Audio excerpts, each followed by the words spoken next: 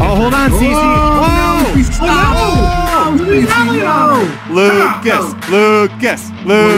Look at the cocks re-breaking. What happened to that horse? The cock juice is flowing today, boys. But look, I can get behind them when they're 15-1. Yeah. When they're 9-2, it's really tough for me to be like, yeah, this McPeak's going to improve by 15% and somehow all of a sudden run way better. Like it's tough for me. I just locked in a 6 with 7-8 with 7-8 try. I'm probably going to play 6 over the 2-7-8 super. You guys, any opinions here? Well, I mean, I'll keep it simple. I like Epicenter to win. I did not think we were going to get this price. So I think underneath it could go a ton of different ways. I certainly could see Zozo's running well, but you know, these horses, when they're jumping up here like this, right at the last, it's purely 50-50 how they'll handle it, right? So the other one I would play is the 7. You know, I think Pioneer Medina makes a lot of sense underneath. So I get why you're using the 7 here. 6-7 exact is $14 right now. That makes sense. That makes sense. Yeah, I think you got to respect Galt too, who has been running against better. Galt is going to be at least Galt will be like an interesting measuring stick, right? Yep. If he runs really well here, that says a lot about those horses down in South Florida. I agree. It's going to be interesting what style they use, too, because he sent in the first prep in South Florida, and he tried to stalk in the second one when he had all that trouble. So it'll be interesting to see which route they take there. I think we all like Zozo's, too. So we get but the problem is the price versus what you're like.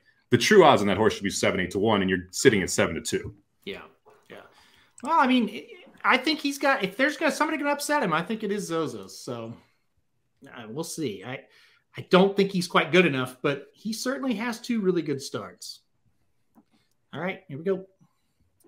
Into the gate. Let's see if there's any pressure at all in Epicenter here, if he's able to just walk out front. Oh, broke well. Yep. And Galt doesn't look like he's going to press. Well, Zozo's trying.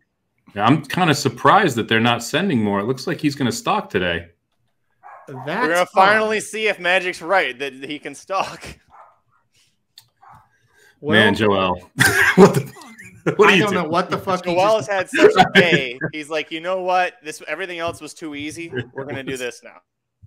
I'm not sure why we decided to stock here. All right. Well, that makes even money more interesting. And it's not like they're flying at 23-1. It's a pretty sharp opening number, but not like crazy. If this screen is right, Zozo's is 5-2. He got bet down to 5-2. Yeah, that's why Epicenter's even money. The money kept pouring in on Zozo's. I mean, people love the new shooter, man. They do. He's undefeated Brad Cox. It looks sexy at fairgrounds. And listen, he's got a great shot because I have no idea what's happening with the other one. So we're going to start running here in a second. Joel's still got his hands up. But he thinks he's loaded. Joel thinks he's got a ton of horse. Yeah, he hasn't asked that horse to do anything yet, while the other 2 are starting to get asked. So this is really interesting. He looks out, Joel. There we go. Yeah, not really making much of a move. You've got everything your way, Joel. Now go. Get after him. Get after him. Oh, wow. Get after him. Boom, boom, boom. And gone. Can we get this 8 up for third? Can the 2 quit? Oh, wow. Or at least get the 8 and 4th? Okay, don't jump the rail, buddy. Like, he cut over a little too close there. Come on.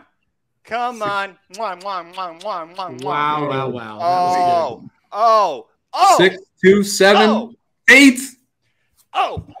Was it 8 or was it 9? I think it was 9. No. Biscuits. Oh, episode is really good, guys. And that was pretty impressive. Record time. That horse, it will be my number 1 after that.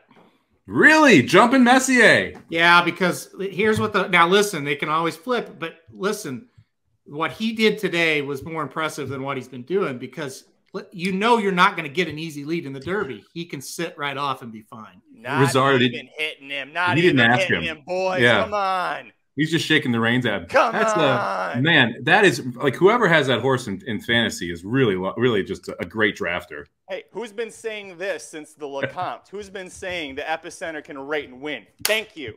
Thank you very much. Magic's been on the rate train for a while there. We got to give him credit for that. And the Epicenter train. Come on.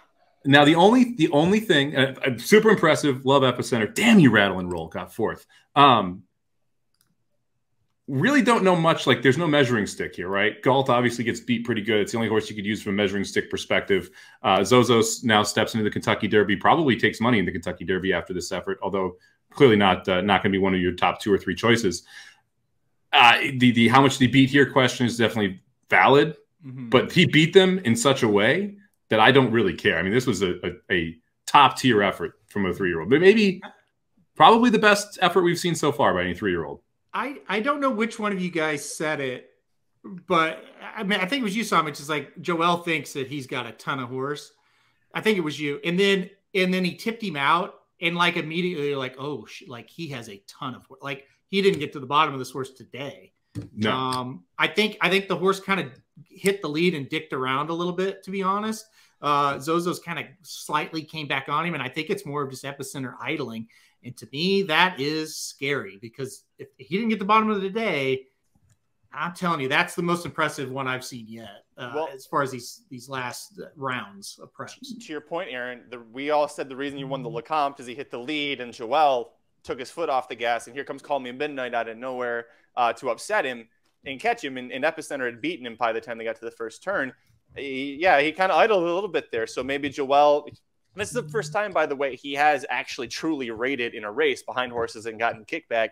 You know, Joel probably pressed go thinking, I don't know what this is going to be like, and hoping he's got something. So I think, he's learned now for the, say Kentucky Derby, he gets into a rating position again. He's going to know to better time that move on this horse. That's a very good point. That's a very good point. And I'm loving what I'm seeing from this horse coming back. He's not tired. He is feeling spry.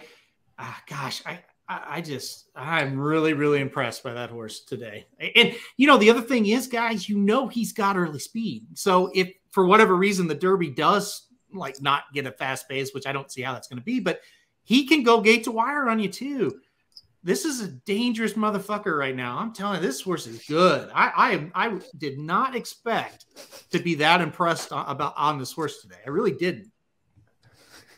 Dave rolled the Echo Zulu winnings. Going back for fries.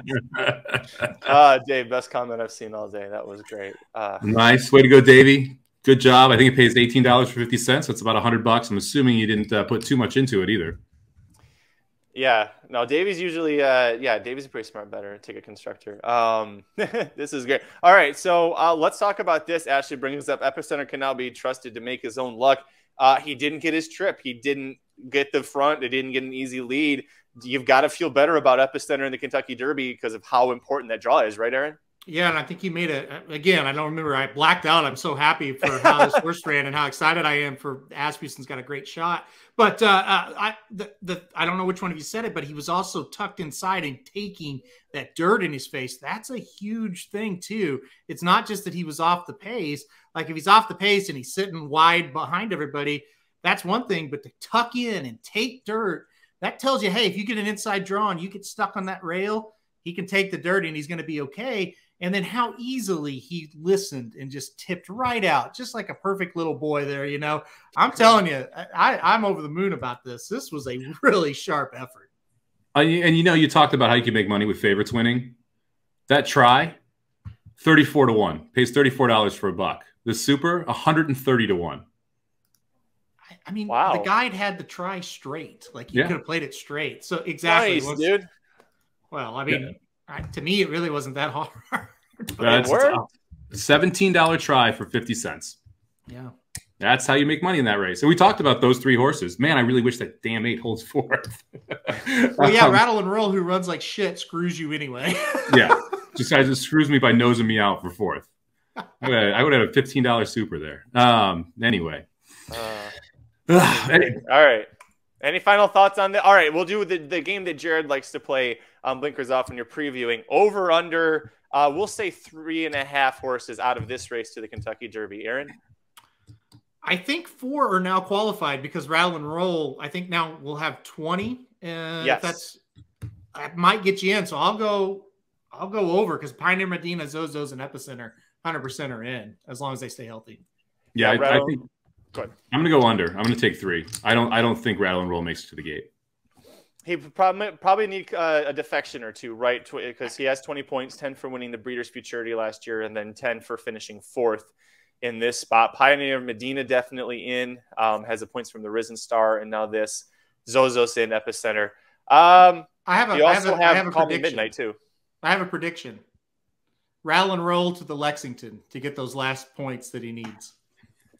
That would make a lot of sense because the Breeders' Futurity is where he won the Keeneland. He won that race at Keeneland. So McPeak, looking like he's gonna, not have the strong puncher's chance that he usually is used to. So we'll see about that. But anyways, thanks for watching this race with us. We had a lot of fun with you guys. We really appreciate it. Hit like if you like the video, subscribe if you really like it. Head over to racingdudes.com and youtube.com/racingdudes, and we'll see you at the track. This has been a presentation of racingdudes.com, your destination for all things horse racing and sports betting. Whether you want free winners, expert insider picks, up-to-the-minute trackside weather reports, or podcasts and videos for bettors of all skill levels. Never make another wager without visiting the Racing Dudes. First,